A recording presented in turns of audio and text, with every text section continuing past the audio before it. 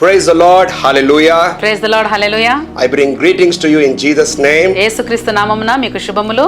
We are very happy to come to your home this morning bringing the word of God again.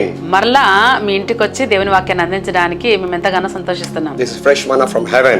ఇది fresh Manna from heaven అనే programme మీరు చూస్తున్నారు. And this is Grace series Revelations. ఇది grace series revolution, grace గురించి చెప్తున్నాం. Hallelujah. Hallelujah. And today's topic is ఈ రోజు మన అంశం ఏంటంటే the power of God's word. దేవుని వాక్యములో ఉన్న శక్తి. The power of God's word. దేవుని వాక్యములో ఉన్న శక్తి. And this is part 93. ఇది 93వ భాగం. Let's go to Mark chapter 4, 26 to 29. Mark సువార్త 4వ అధ్యాయము 26 నుండి 29 వరకు చదువుకుందాం. And he said, the kingdom of God is as if a man should scatter seed on the ground and should sleep by night and rise by day, and the seed should sprout and grow. He himself does not know how. For the earth yields crop by itself, first the blade, then the head, and after the full grain in the head. But when the grain ripens, immediately he puts in the sickle, because the harvest has come. మరియు ఆయన ఒక మనుషుడు భూమిలో విత్తనం చల్లి రాత్రింబగళ్ళు నిద్రపోవచ్చు మేలుకొనుచు ఉండగా వానికి తెలియని రీతిగా ఆ విత్తనము మొలిచి పెరిగినట్లే దేవుని రాజ్యం అన్నది.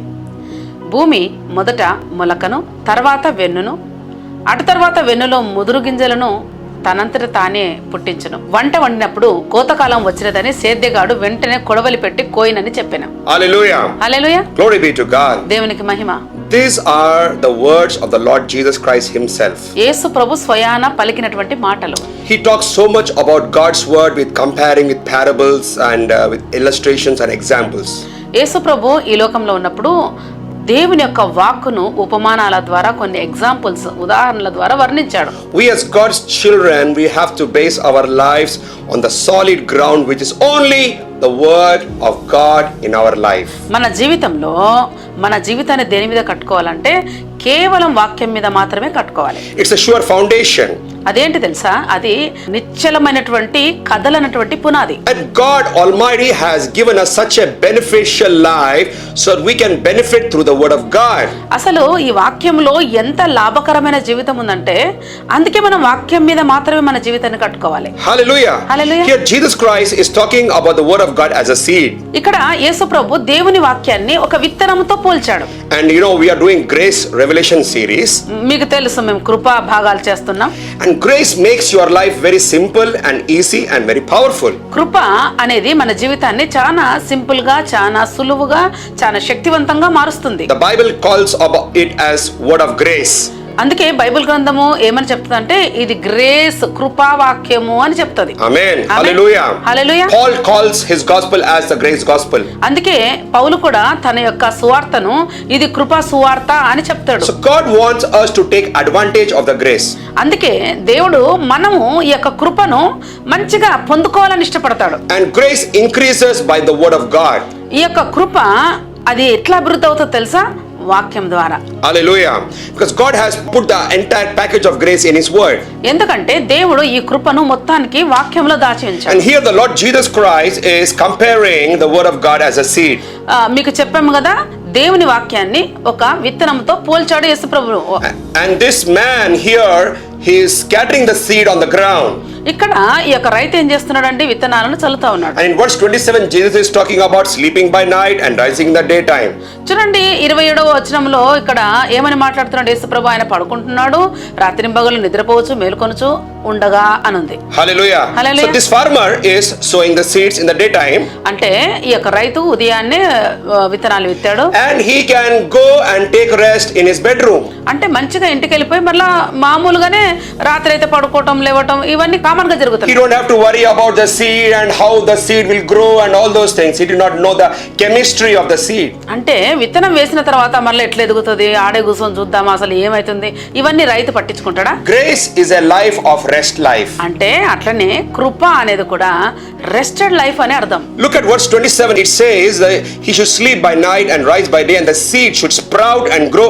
He himself does not know how.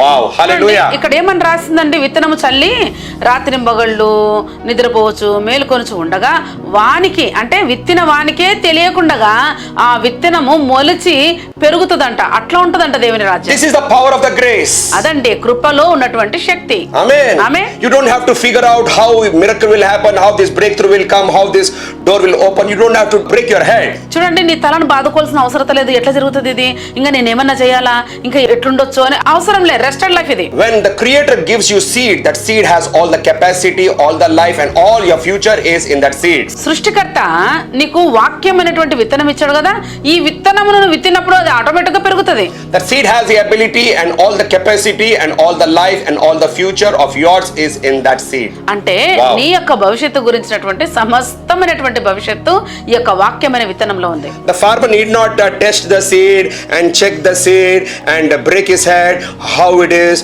is going to grow. He need not do all. He can just go to his bedroom and have a nice sleep. Wow. చూడండి, ఈ యొక్క రైతు విత్తుతాడా, తర్వాత ఏం చేస్తాడంటే మళ్ళీ ఇంటికి వెళ్తాడు, మంచిగా రెస్ట్ తీసుకుంటాడు. అంతేగాని ఇది ఎట్లా వెళ్తుందో అసలు అది లోపలికి వెళ్ళి ఏమైతుంది ఇవన్నీ ఆలోచించాడు కదా. He says he himself does not know how. అందుకే ఇక్కడ ఏమనుంది, ఆ యొక్క రైతు ఆయనకే తెలియని రీతిగా ఆ విత్తనం మొలిచి పెరుగుతుంది అని ఉంది. That's the life of rest. అదండి విశ్రాంతిలో ఉన్నటువంటి ఆ యొక్క జీవితం. But instead of believers tapping into the grace of God, they are getting into the worries and self and how, and they are so worried and upset and afraid. ఆ విధంగా ఒక విశ్రాంతిలోకి ప్రవేశించడానికి బదులు విశ్వాసులు ఏం చేస్తున్నారంటే తల బాదుకొని అనవసరమైన చింతలు పెట్టుకుంటున్నారు. The seed has the power to grow itself. తెలుసా, ఈ యొక్క విత్తనంకి పెరిగే శక్తి ఉంది. Once the farmer sows a seed, ఈ ఒక్కసారి రైతు విత్తినాడంటే that it begins to grow. అది ఆయనకు తెలియకుండానే పెరుగుతుంది అంతే. Amen. Amen. You don't have to use your brains. నీ బ్రెయిన్స్ వాడాల్సిన అవసరం లేదు. The word of God is a supernatural. దేవుని యొక్క వాక్యము అది అసాధారణమైన వాక్యం. Amen. Amen. Hallelujah. Hallelujah. All you got to do is just you sow and you plant and you water the seed. That's all. నువ్వు చేయవలసిందంతా ఏంటంటే జస్ట్ విత్తనం విత్తండి, వాటిని నీళ్లు పోయండి And అంతే. see the huge miracle of harvest that stands before you. కొన్ని రోజుల తర్వాత ఏమైపోతుందంటే ఆ విత్తనం మళ్ళా ఫలించి పెద్ద పంటగా వస్తుంది. I like this word, he himself does not know. So that is the life of rest. ఇక్కడ ఈ పదం చాలా నచ్చుతుంది నాకేంటంటే ఆయనకే తెలియని రీతిగా ఆ విత్తనము ఒక పంటగా మారుతుందని. Amen. Amen. It is totally the responsibility of the seed. అదేంటంటే ఆ విత్తనం యొక్క బాధ్యత అది పెరగటం. It is the responsibility of the word. అది వాక్యం యొక్క బాధ్యత. Jesus Christ takes the responsibility. అందుకే యేసు ప్రభు బాధ్యత తీసుకున్నాడు. Hallelujah. Hallelujah. I want to tell you one very good story. ఒక మంచి కథని మీకు చెప్పాలనుకుంటున్నా. There was a farmhouse and a countryside place, and there was a grandfather and a grandson. ఒక ఇల్లు ఉందంటే ఆ ఇంట్లో తాత మనవడు ఉన్నారు. And the grandfather is a very spiritual man. ఈ యొక్క తాత చాలా ఆధ్యాత్మికమైనటువంటి మనిషి. And he should teach the grandson the word of God. ఆ యొక్క మనవడికి మంచిగా దేవుని యొక్క వాక్యం బోధిస్తున్నాడు. And one day that boy, small boy, he came and said, Grandpa, I don't want to read the Bible. Why? Why you don't want to read the Bible? No, I don't understand when I read the Bible. So ఇక్కడ ఏమైతుందంటే ఒక రోజు ఈ పిల్లగాడు పరిగెత్తుకుంటూ వచ్చి తాత నేను ఇంకా బైబిల్ చదవను ఎందుకంటే నాకు అర్థం కాదు అంటున్నాడు. And the grandfather told, okay, I'll tell you a small work, you do this work. వాళ్ళ తాత నేను ఒక చిన్న పని ఇస్తాను చేస్తావా అని అన్నాడు. Go outside, there's a big basket kind of thing. You go and you take the water from that and go and pour the water in that plants. ఏమని చెప్పాడంటే బయట నీళ్లు ఉన్నాయి తీసుకొని వెళ్ళి ఆ యొక్క చెట్లకు పోయిపో అని చెప్పాడు. And this boy, he takes that big trophy, this bucket of water, but that bucket had so many of holes in that. Then because the grandpa told and he used to go, and meanwhile he went there, all the water is gone on the ground. చూడండి ఆ యొక్క bucket కి అంతా రంధ్రాలు ఉన్నాయి. అతడు ఆ bucket ని తీసుకొని వెళ్తుండగానే దారిలో నీళ్ళని పడిపోయాయి. And this bucket was so dirty bucket. ఇంకోటి చెప్పాలంటే ఆ బకెట్ చాలా బుడద ఉంది. And the grandpa told, do it again second time. రెండోసారి కూడా చేయమన్నాడు. And he's wondering why grandpa is telling that these buckets have holes. He could have told some good bucket.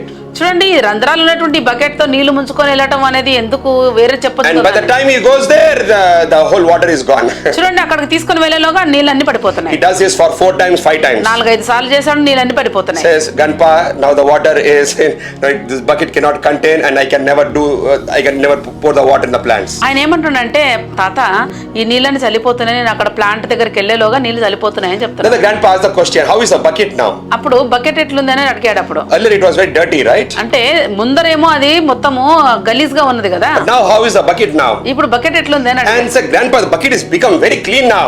ఇప్పుడు చాలా నీట్ గా ఉందండి బకెట్ అని చెప్పాడు. How did that bucket become so clean and ఇప్పుడు neat? ఆ బకెట్ అట్లా clean గా ఎట్లా అయింది? It's because of the water that made the bucket clean and neat. ఎందుకంటే ఒకప్పుడు గలీజ్గా ఉన్నటువంటి ఆ బకెట్ నుండి మాటికి నీళ్లు తీసుకొని పోతున్నాడు కనుక అది క్లీన్ అయిపోయింది. Even there was holes in the bucket and even the water could not contain, but still the bucket became clean. చూడండి, అక్కడ రంధ్రాలు ఉన్నప్పటికీ అది పట్టుకోలేకపోయినప్పటికీ అది క్లీన్ అయిపోయింది కదా. And he said the same way, అదే విధంగా even if you don't understand the Bible, నీకు బైబిల్ గ్రంథం అర్థం కాకున్నా, even if you are reading, నువ్వు చదువుతున్నప్పుడు there is a spirit in the Bible.